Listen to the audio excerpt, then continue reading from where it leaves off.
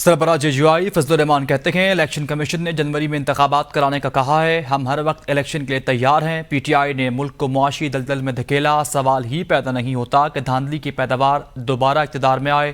ہماری نظر میں چیئرمین PTI پہلے ہی نااہل ہو چکے، عدالتیں بھی نااہل قرار دیں تو مہر لگ جائے گی۔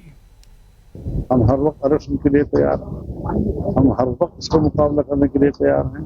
دھاندلی کی پیداوار اس کو آپ سمجھے کہ دوبارہ آئے گا، سوال ہی پیدا نہیں ہوتا، تو الیکشن ہر وقت ہم کرنے کو تیار ہیں۔ آپ کیوں اس بات کو ریکگنائز نہیں کرتے کہ جمعیت علماء اسلام نے 3.5 سال الیکشن ہی کے لیے تاریخ چلائی؟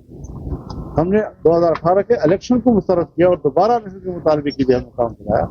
یہ تو آدمی اعتماد کی طرف دوسرے دوست چلے گئے، ہم نے بھی اتحاد نہیں توڑا ان کے ساتھ، لیکن ہمارا ایک نظریاتی ہدف تھا اور ہم اس پر بھی قائم ہیں۔ لیکن زمینی حقائق کیا کہتے ہیں اس پر اگر کوئی تبصرہ کر لیا جائے تو اس کا یہ معنی نہیں ہے کہ میں اس بات کے لیے سوچ رہا ہوں کہ وہ نااہل ہو جائے، وہ نااہل ہو جائے۔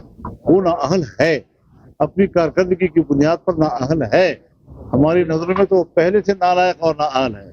اگر عدالت بھی نااہل قرار دے گی تو عین قرار واقعی وہ فیصلہ ہے۔